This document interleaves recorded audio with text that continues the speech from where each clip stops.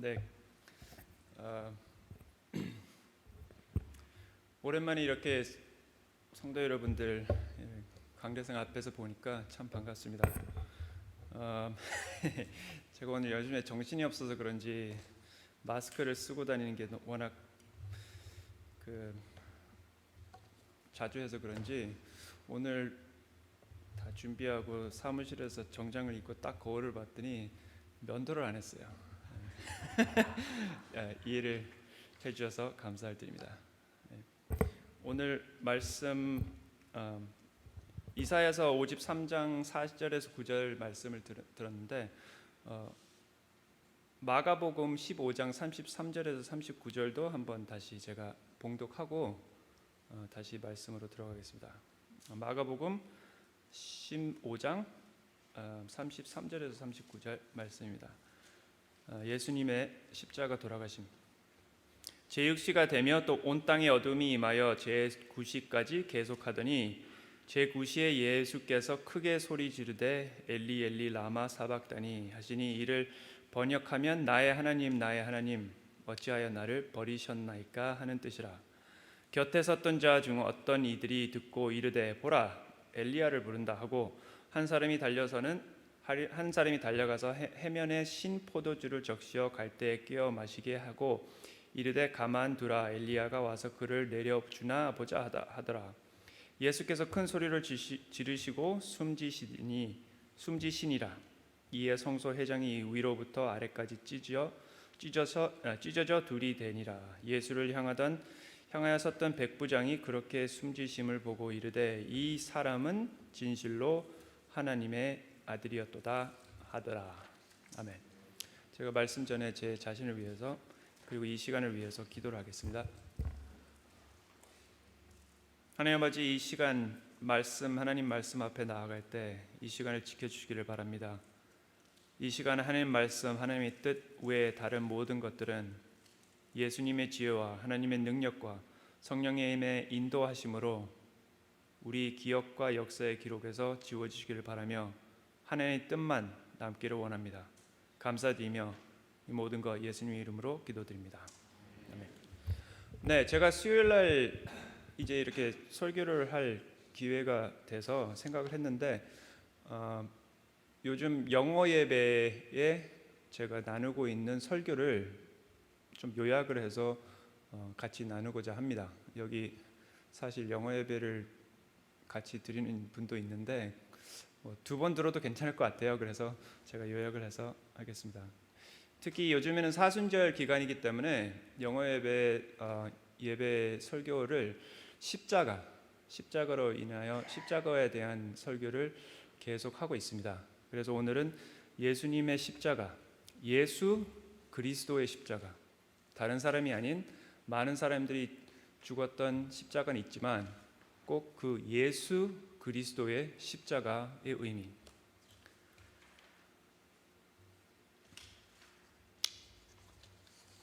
예수 그리스도의 십자가. 이 말과 사건 안에는 너무나 대단한 의미와 질문이 있기에 이 십자가는 아직도 많은 사람들의 걸림돌이며 도전이며 과제입니다. 그럼 우리 그 십자가를 교회의 상징으로 앞에 세우는 기독교인들에게는 예수 그리스도의 십자가, 그 십자가가 무엇일까요? 일단 제일 먼저 우리 모두 기억해야 할 한 사실은 십자가는 죽음이라는 것입니다. 죽음. 십자가 사형은 인간 역사 안에 제일 잔인하고 비인간적인 처형 방식 중 하나라고 여겨집니다. 십자가 사형 방식은 인간을 제일 오래, 제일 비참하게 죽이는 것에 의미가 있으며 그 이유를 위하여 로마 제국이 사용한 것입니다. 십자가에 달린 자들은 흔히 일주일까지 버텨 달려 질식이나 탈수나 굶어 죽었습니다. 그 때문에 로마 제국은 십자가로 아무나 죽이는 것이 아니라 오직 도망간 노예나 로마 제국을 배반하는 자들만 십자가에 달려 죽였습니다. 또한 십자가는 길가에나 아니면 높은 곳에 세운 이유도 많은 시민들이 그 사형수를 보면서 로마 제국을 절대로 배반하지 마라 이런 말을 하면서 그 배반을 절대로 생각 못하게 하는 것이었습니다. 그 십자가에 달린 자들은 무엇보다 자신의 죽음을 기다리며 수치당하고 욕을 먹으면서 아무것도 못하는 무기력한 상태를 겪고 다가오는 죽음에 대한 공포와 두려움에 떨다가 결국은 죽는 것입니다. 어쩌면 인간이란 동물이 죽음을 두려워하는 제일 큰 이유, 그리고 죽음에 대해서 제일 생각을 많이 하는 그 이유, 죽음 후에 오는 그것에 대한 불확신, 죽음 이후의 후에는 무엇이 있는지 모르기 때문에 그 불확신, 그 공포를 최고로 잘 이용한 사형 선고 중 하나입니다.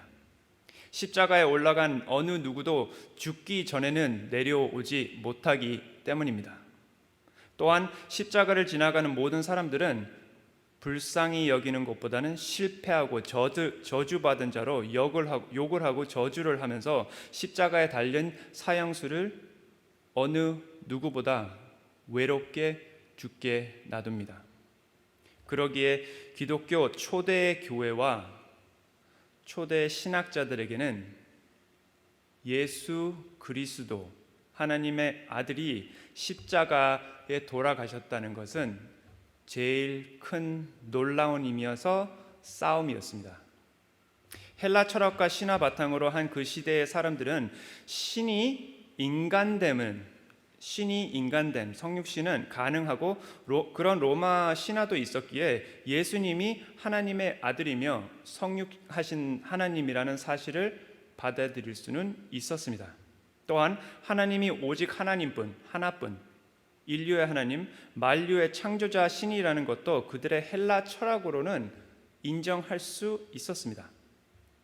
하지만 그런 창조주, 하나뿐이 없는 만류의 주가 죽을 수 있다는 말은 그것도 비참하게 십자가에 사형당할 수 있다는 것, 그 말은 절대로 받아들일 수 있는 사건이 아니었습니다. 그러므로 그 당시에 많은 사상가들은 예수님에 대한 다른 이야기들을 만들어냈습니다. 유명하게 우리가 알기로는 영지주의자들, 우리가 많이 이야기하고 있는데 영지주의자들은 예수님이 사실 육체가 없는 영혼이었고 그냥 죽는 것처럼 보였지만 사실 육체가 없었기 때문에 죽지는 않고 그냥 예수님이 그 위에서 죽은 척만 하셨다라고 했습니다. 다른 자들은 예수님이 진짜로 죽으신 것이 아니라 그냥 기절만 하셨다. 또한 어떤 자들은 예수님이 죽으실 때에는 하나님이 아니라 그냥 인간이었고 오직 예수님이 하나님의 뜻을 완벽하게 따랐고 죽은 후에 하나님이 그를 부활시키면서 그에게 하나님의 능력과 자리를 주셨다고 말했습니다. 그 많은 해석들은 모두 하나님의 죽음이라는 논란을 피하기 위하여 인간의 철학과 종교로 만들어낸 이야기인 것입니다. 그리하여 교회의 초대 지도자들과 신학자들은 모두 예수님의 하나님 되심, 그리고 삼위일체, 그리고 예수님의 진정한 죽음을 고집하고 싸워 지킬 것입니다. 사실 제가 생각하기에는 오늘 우리 시대에 있는 많은 사람들에게는 그 반대의 문제가 있다고 생각합니다.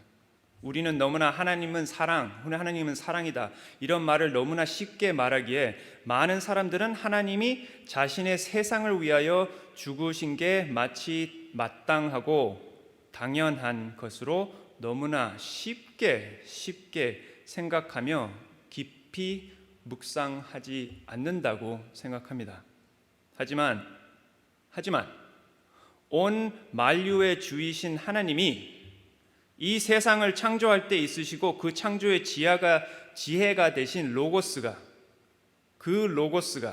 죽는다는 것은 한순간이라도 생각하면 그것이 얼마나 대단한 논란이라는 것을 알 수 있고 그것은 얼마나 있을 수 없는 일이라는 것은 우리는 알 수 있습니다. 있을 수는 없는 일이지만 있었던 하나님의 역사입니다. 그러므로 예수 그리스도의 십자가는 먼저 하나님의 살인입니다. 하나님의 살인. 예수님은 우리의 인간이 모두 두려워하며 그 앞에 공포에 떠는 죽음을 완벽하게 100%, 1000% 가림없이 어떤 인간보다 눈을 부릅뜨고 대면하셨고 그 공포를 경험하시고 그 고통을 끝까지 겪으셨습니다. 우리는 그 순간이 예수님에게는 공포였다는 것을 우리는 알 수가 있습니다. 겟세마네 동산의 예수님의 기도를 보면 그것이 얼마나 예수님한테 공포의 순간이었다는 것은 우리는 알 수 있습니다. 그리고 그는 공포도 피하시지 않으셨습니다. 마태복음 27장 34절 9절 말씀에 쓸개탄 포도주를 예수께 주어 마시려 했을 때 예수님은 피하셨습니다. 그렇기 때문에 피하시지 않기 때문에 예수님은 마취제인 쓸 때 탄 포도주를 주었을 때 예수님은 자신이 죽기 바로 전까지 그 술을 거부하셨습니다. 자신의 형제와 자매인 우리가 겪을 죽음의 모든 고통과 모든 공포를 그는 하나라도 놓치지 않기 위하여 그는 참으셨습니다. 당한 게 아니라 참으셨습니다.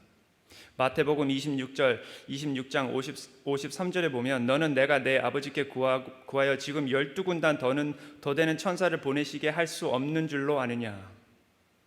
예수님이 말하신 것처럼 그는 어느 순간에도 그 모든 고통과 공포를 멈추고 그 앞에 비웃는 모든 인간들과 그 모든 나라들을 한순간에 없애버릴 수 있는 능력이 있으셨습니다. 하지만 예수님은 참으셨습니다.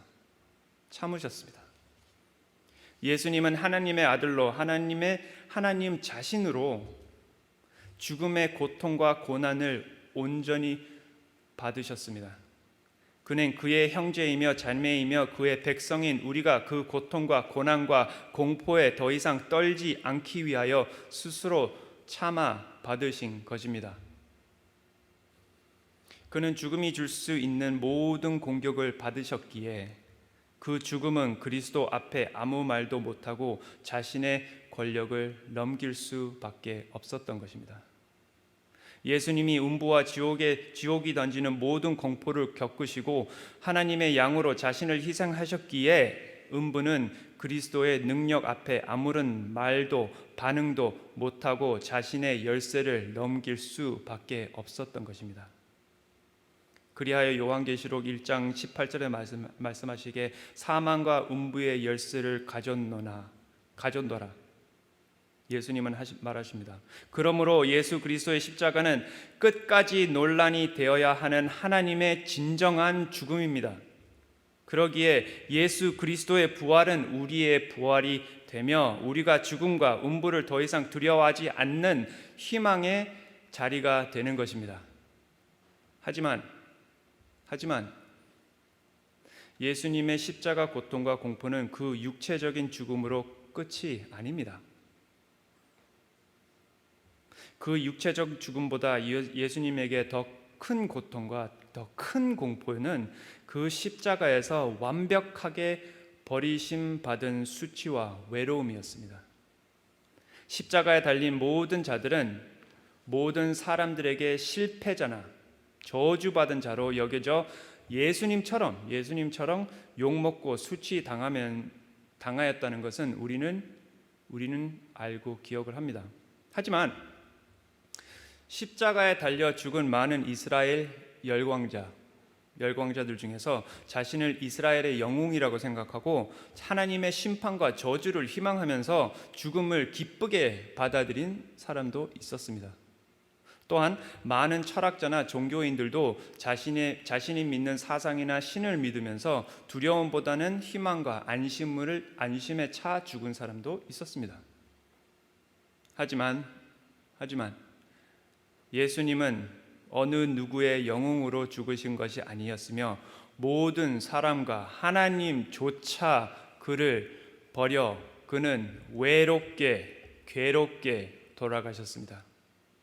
엘리 엘리 라마 사박다니.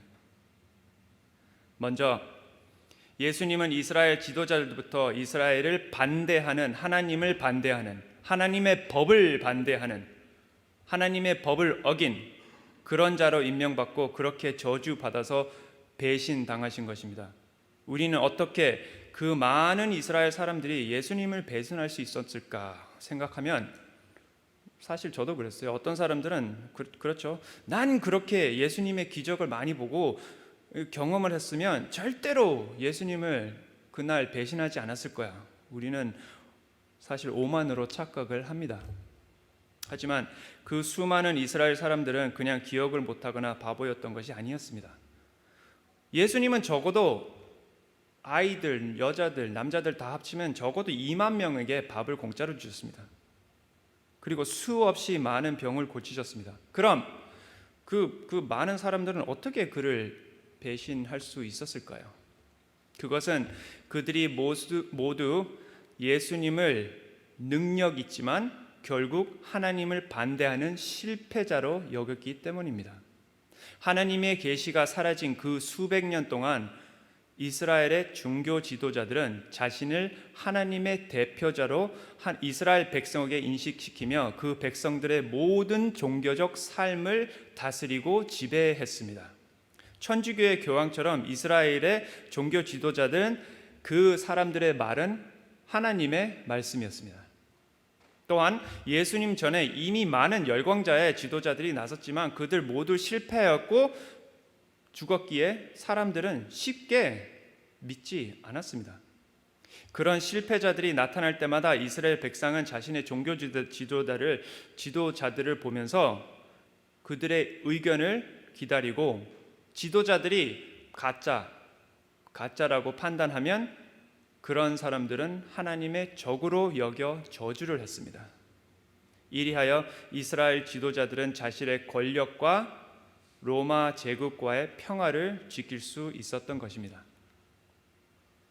그러므로 이스라엘 종교 지도자들이 예수님을 이단자로 하나님의 적으로 그렇게 말하고 선포하자 유대인들은 늘 하듯이 예수님을 버리고 저주한 것입니다. 그리하여 그들은 예수님 대신 바라바를 선택하는 것도 별 상관없는 일이었습니다. 둘 다 같은 열광자, 실패자였기 때문입니다. 그러므로 예수님은 이스라엘 백성, 유대교, 그리고 하나님의 법을 어긴 이단자로 저주받으면서 십자가에 돌아가셨습니다. 둘째로 예수님은 로마 제국으로부터 배반자로 사형 선고를 받고 십자가의 실패자로 살해당하셨습니다. 로마 제국은 오직 도망간 노예나 배반자들만 본보기로 십자가에 달려 사형하였습니다. 그러므로 예수님은 로마 제국을 반대하여 타도하기를 시도하였다가 잡혀 사형당한 스파르타쿠스 그런 사람 같은 실패자였습니다. 로마 제국이 보기에는. 이는 이스라엘 지도자들과 로마 지도자 판티우스 파일레트가 같이 협조하여 예수님을 배신자로 몰아 형벌을 하였으므로 예수님이 하신 말씀들을 열광자들의 사상과 연결하고 예수님이 성전에서 열광하신 뒤집어 엎으신 그 사건을 또한 이스라엘과 로마 제국의 평화를 반대하는 배반자의 행동으로 증언하여 예수님을 사형 선고한 것입니다. 그러므로 예수님은 예언대로 예루살렘 밖에서 죽으셨고 이방인 취급을 당하시면서 돌아가셨습니다. 하지만 마지막으로 그리고 제일 중요하게 하나님의 아들이며 하나님 자체이신 예수님에겐 그보다 더 공포스럽고 외로운 버림이 있었는데 그것이 바로 하나님 아버지의 버림이었습니다. 마가복음의 기록을 보면 예수님은 바로 하나님 아버지로 향하여 시편 22편에 나오는 말씀을 외치시면서 자신의 버림받음을 애통하십니다. 제9시에 예수께 크게 소리지되 엘리 엘리 라마 사박다니 하시니 이를 번역하면 나의 하나님 어찌하여 나를 버리셨나이까 하는 뜻이라. 시편 22장은 애통은 그 22장에 나오는 애통은 하나님을 기다리고 의지하는 의인의 애통으로 볼 수 있지만 사실 예수님의 상태를 보면 예수님의 외침은 전적으로 버림받은 아들이 아버지에게 외치는 애통으로만 볼 수밖에 없습니다. 예수님은 십자가 외에서 모든 죄인의 죄, 더하여 모든 죄 자체가 되셔서 달려 계셨습니다. 그러므로 하나님 아버지는 자기 자신인 그리스도 아들로부터 등을 돌릴 수밖에 없는 불가능한 사건을 십자가에서 경험하셨습니다.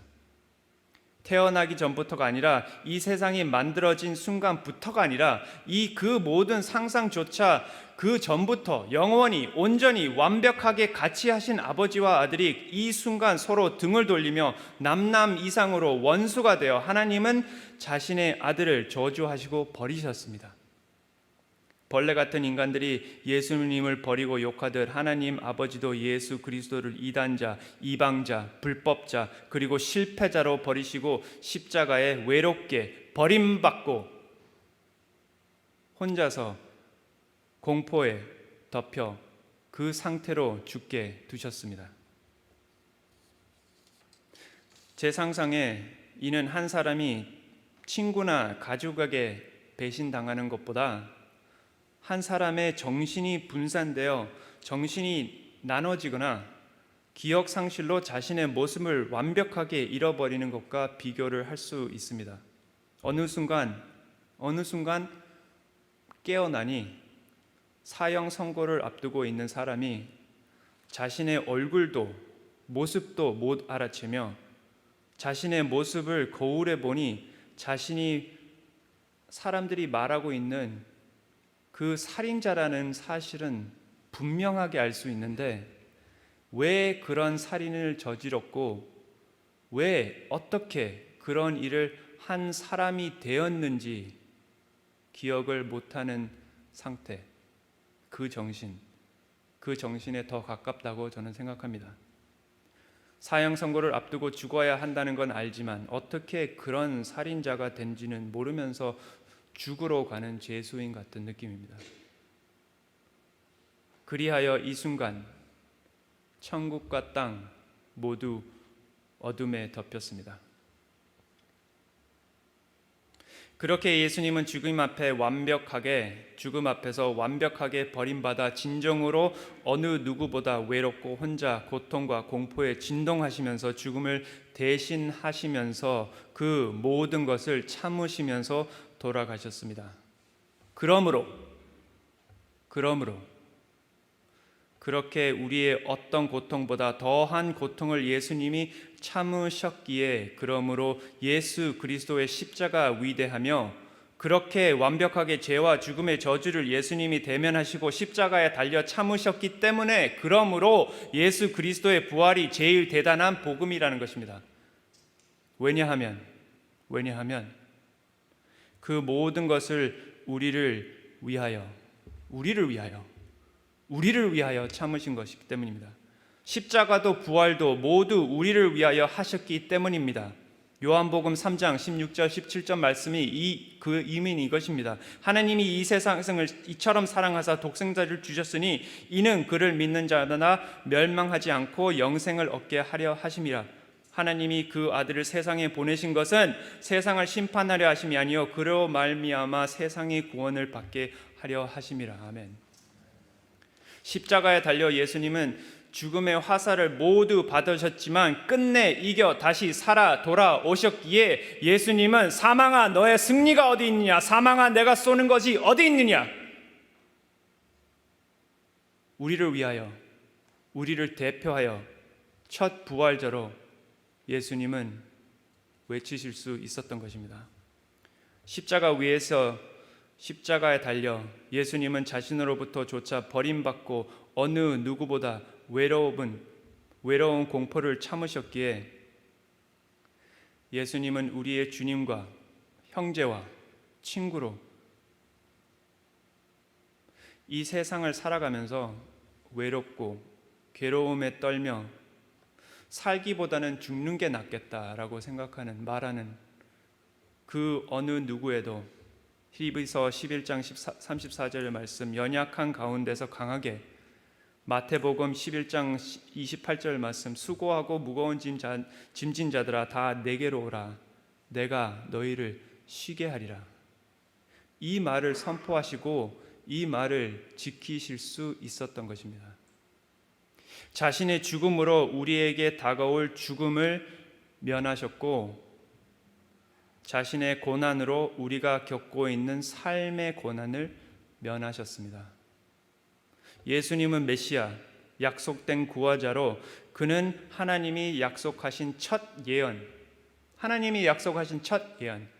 창세기 3장 15절 뱀에게 말할 때 하나님이 내가 너로 여자와 원수가 되게 하고 내 후손도 여자의 후손과 원수가 되게 하리니 여자의 후손은 내 머리를 상하게 할 것이요 너는 그의 발꿈치를 상하게 할 것이니라 하시고 라고 말씀하시는 것을, 이 약속을 지키심으로 예수님은 한 사람이 저지른 범죄의 대가를 깨끗이 만족시키시고 죄의 능력을 무너뜨리신 것입니다.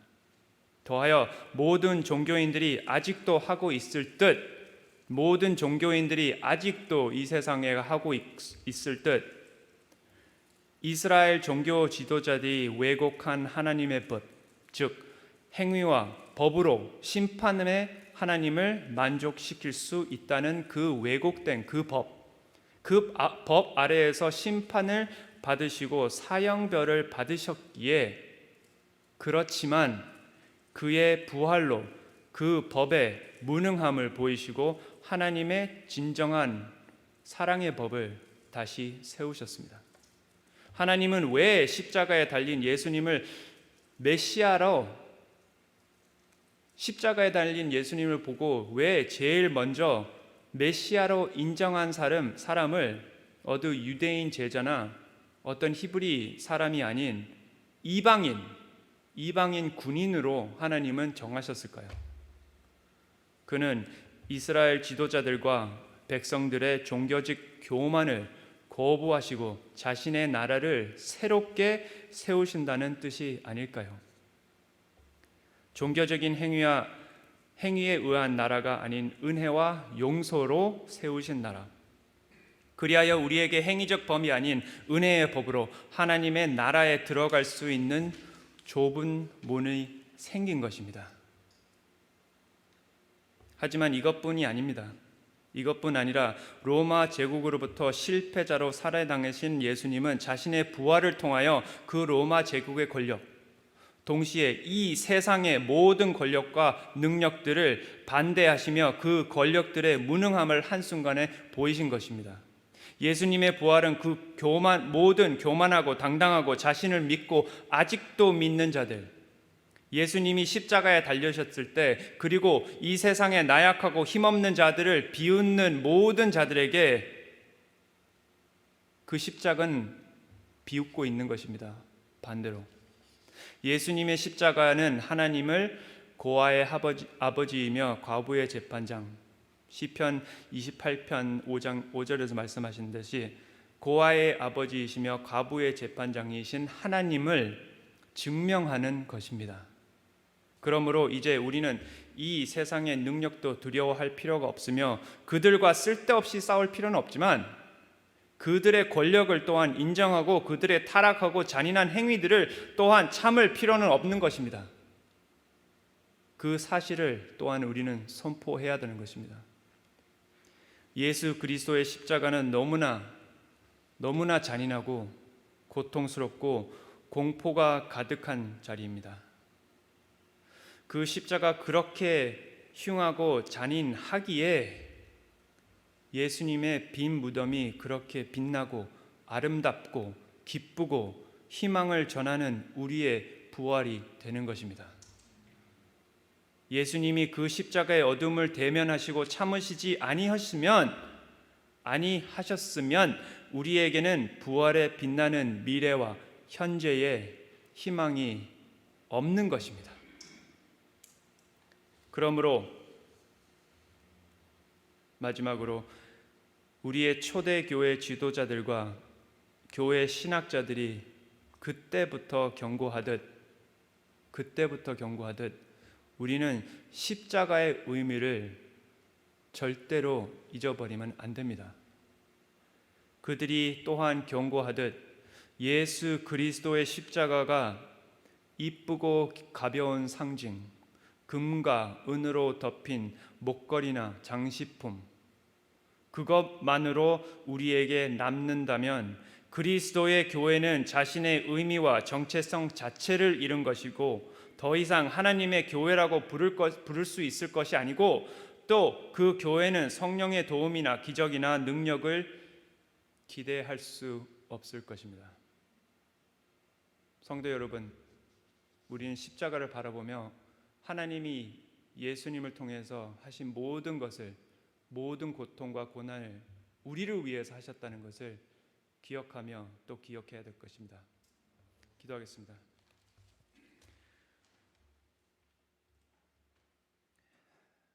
우리를 사랑하셔서 자신의 아들을 보내신 하나님 감사드리며